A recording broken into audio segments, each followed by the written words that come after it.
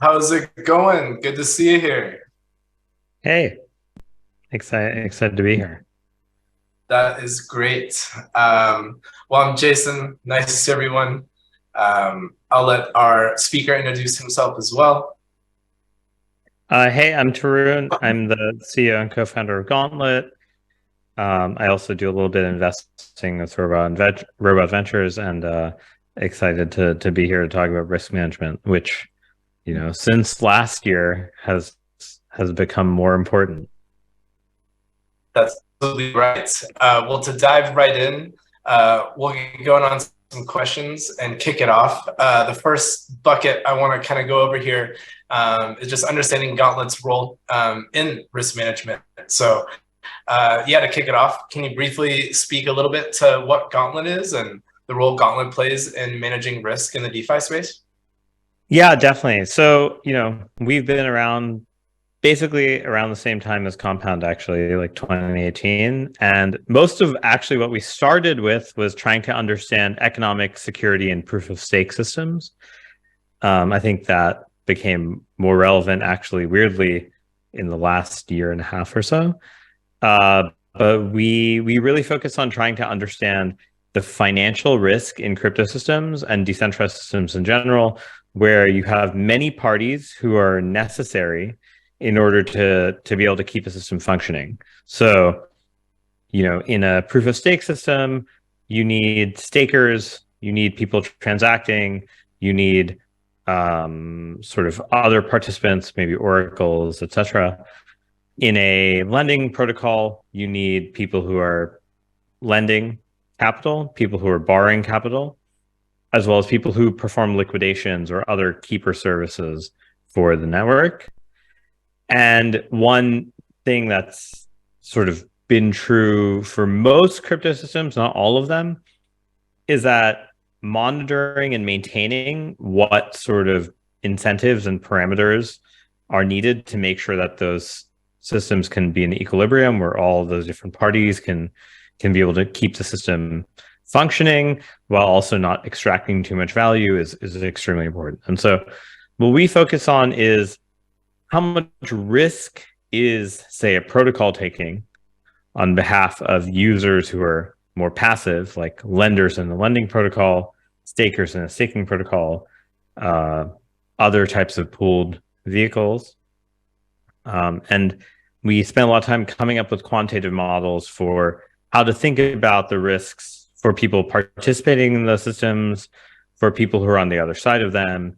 And I think it's been an interesting journey for me personally, because like I worked in traditional finance before, in quant finance, and there's a lot of nuance of why the blockchain world is different, even though it looks the same superficially. And so that's sort of been our little rabbit hole. But it's really about coming up with the risk standards for all of these different protocols that people make that are amazing and have tons of users, but as they grow, have kind of these needs of monitoring and maintenance. Well, we touched on something we'll dive into a bit about, why DeFi and TradFi cannot apply the same principles to certain topics.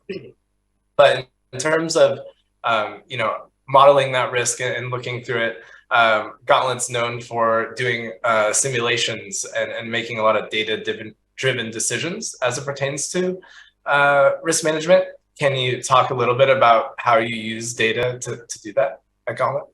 Yeah. So one maybe anecdote I kind of want to give as sort of an kind of a reason for why I think we fundamentally believe in these open systems that have open data much more than traditional systems is, I think there was sometime in early 2022 where we had both Celsius and FTX ask us if we could help them set interest rates in their lending protocols, where, well, their protocols were them choosing the number. So that's different.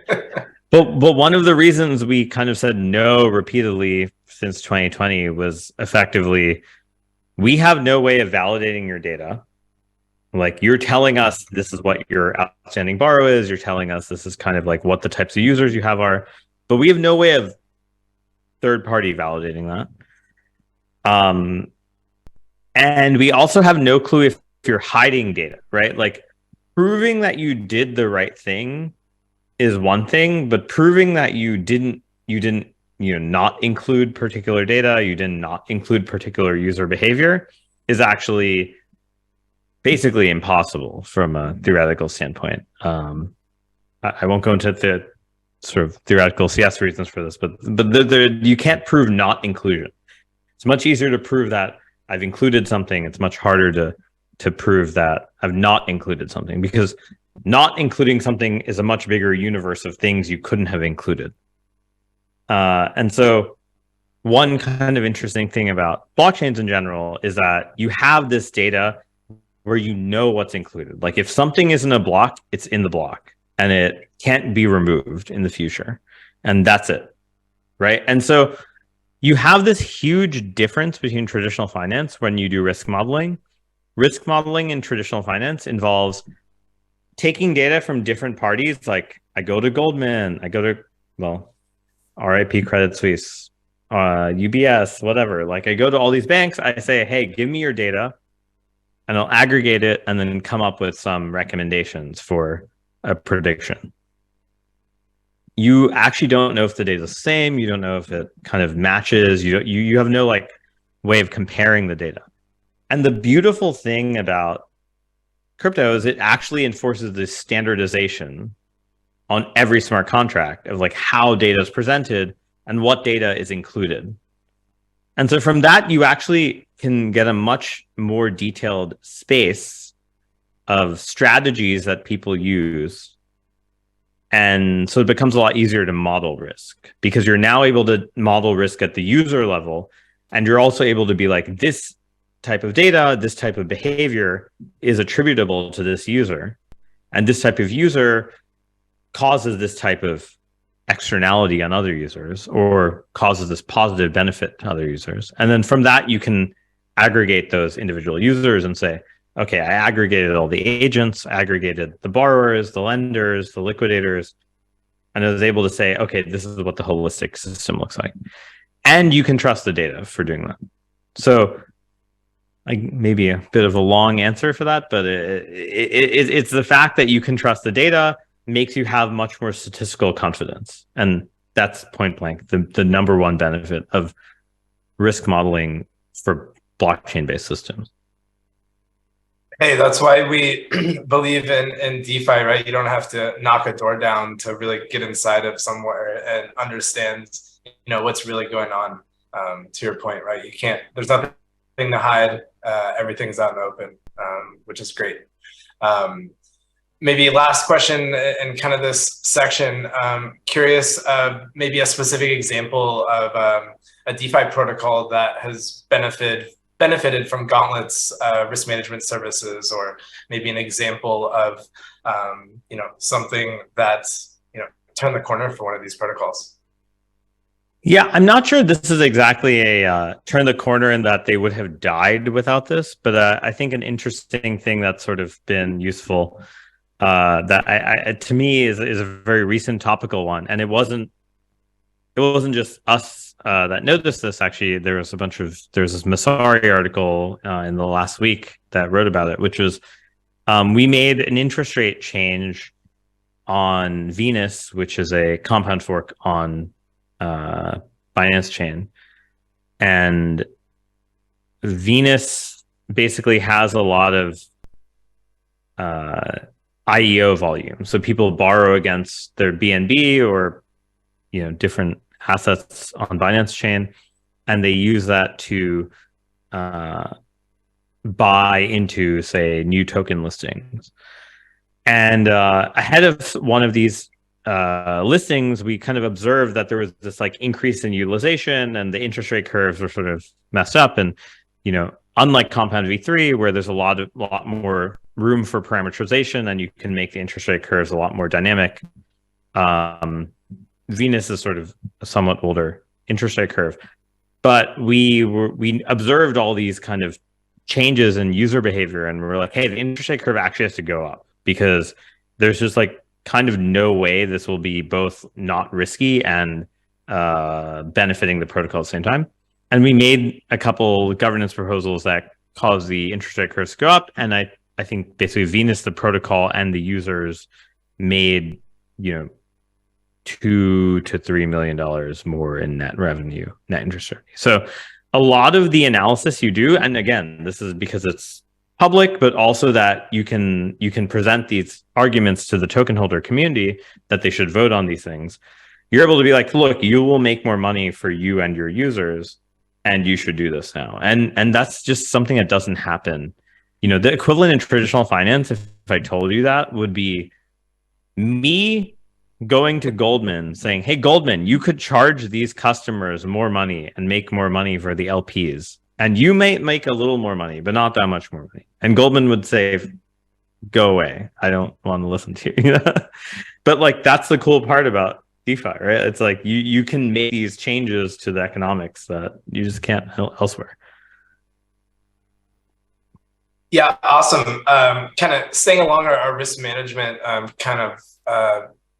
line here, but kind of taking of, hey, risk changes during, the bull times versus the bear times. From Gauntlet's point of view, what would you say some of the, unique risks facing DeFi protocols that arise specifically during a bear market? And, how do you like to talk to protocols about possibly mitigating those?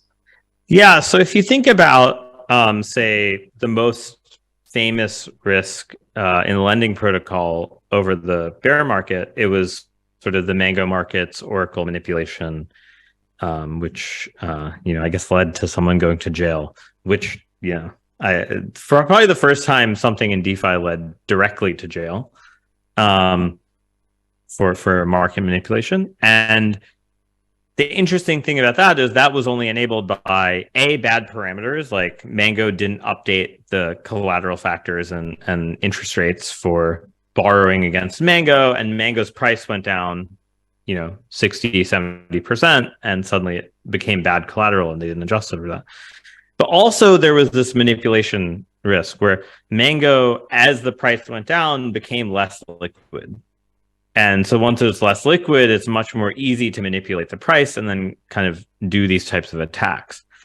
And one interesting thing in the bear market versus the bull market is that these types of manipulation attacks, where I can change the price of an asset by not spending much money to change the price, become more effective. And one important thing you have to be very vigilant about in these scenarios is that whenever liquidity draws down, you have to really be careful about like what the margin requirements are and what the interest rate is, right? Like, what is the interest rate? You can view it as how much the lender is being compensated for the risk of lending to a borrower. And if the risk goes up, the risk can go up a lot of times because of these like lack of liquidity scenarios. And in crypto, that's actually a very dominant portion of the risk. And so bear markets tend to have these scenarios where coins that were once very liquid suddenly become much less liquid, and it becomes much more easy to manipulate their price. And it might not be that you can manipulate the price on a single block or 10 blocks, but maybe you can manipulate it over a day. And it becomes a lot more nefarious because you really do have to kind of understand these types of things. And in a bull market, it's much easier to cover up some of these types of manipulation attacks because usually there's some token issuance or some subsidy that you can subsidize by the fact that prices are going up that kind of hides these types of things. But I think the best protocols are the ones that are very cognizant of these risks and are able to understand them, but also react dynamically to them. And so, like for instance, compound governance has had so many votes to kind of work through these things. It's sort of a different world than protocols that say like launched in the bull market, never really changed, never really built a community around governing them, and then kind of had some of these issues. So I think the bear market shows you who the real communities are. In some ways, it's like, yes, I'm talking about these technical things like price manipulation attacks or income from interest, but a lot of them stem from communities not caring or not being there also, right? So there's kind of this interplay, and that's different than traditional finance, where they're in traditional finance, there's someone whose job it is to monitor this, and they get fired if it doesn't happen. Here, it's actually the users and the community that actually have to be really vigilant, and that's sort of some of the moats for a lot of these protocols. Yeah, I think you made a great point that the bull market can kind of hide some, ugly spots or holes, and you really kind of see under the hood when all of that is gone. So yeah, definitely a great point there. You briefly mentioned this when we got going, but DeFi and TradFi are not created equal and cannot necessarily share same rules, kind of reapply, copy paste in terms of management techniques, right? Gauntlet recently published an article on how to better calculate the value at risk using simulation with a price target. Can you talk a little bit about how this new methodology, being unique only to DeFi and not TradFi, why that matters, and some of those kind of deltas? Yeah, I mean, one really important thing to think about, and there's obviously a lot of work in the DeFi space on kind of removing price oracles and external sources of data. So a price oracle is someone who says, hey, I'm going to submit a transaction on chain that says Binance's price for Ethereum is $2,000, and maybe Uniswap's price is only $1,900. And so because Binance has more liquidity, your protocol might say, actually, the real price is maybe 25% Uniswap, 75% Binance, and it gives you the average of those two. So these oracles are actually extremely important. They're also kind of a source of manipulation because they rely on data that's off the blockchain, but they sort of are telling you about data that's liquidity sources that might be greater than what is on a particular chain. That's extremely important to the pricing of those assets on that chain. And the reason I bring that up is that's something in traditional finance you don't necessarily care about as much. And one of the reasons for that is, say I'm trading futures at the CME, Chicago Mercantile Exchange, which is the largest futures trading venue.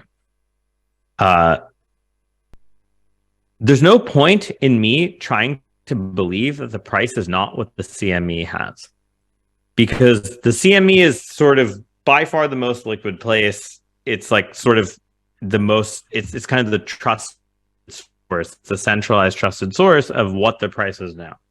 And there's no reason for me to try to be like, well, I'm going to find some really weird small futures exchange in Philadelphia and try to average the two of them. It really doesn't make that much sense, because the US market structure has kind of concentrated on a small number of venues. And this is not just true in the US, it's true in China, this is true in Europe, in Germany, and in the UK. And so there's sort of this sense in which you don't rely on people synchronizing many different venues, but in a multi-chain world, you do rely on that, right? One asset might be really dominant liquidity on Ethereum, another asset might have dominant liquidity on Arbitrum, but both assets trade on both chains, so now you have to kind of like synchronize them. Those types of things are extremely important to these value at risk measurements. Traditional value at risk measurements kind of assume this sort of continuous price space that you're really able to measure. You look at all the prices, you measure the probability that you deviate beyond some price range, and you say, okay, that's all that matters.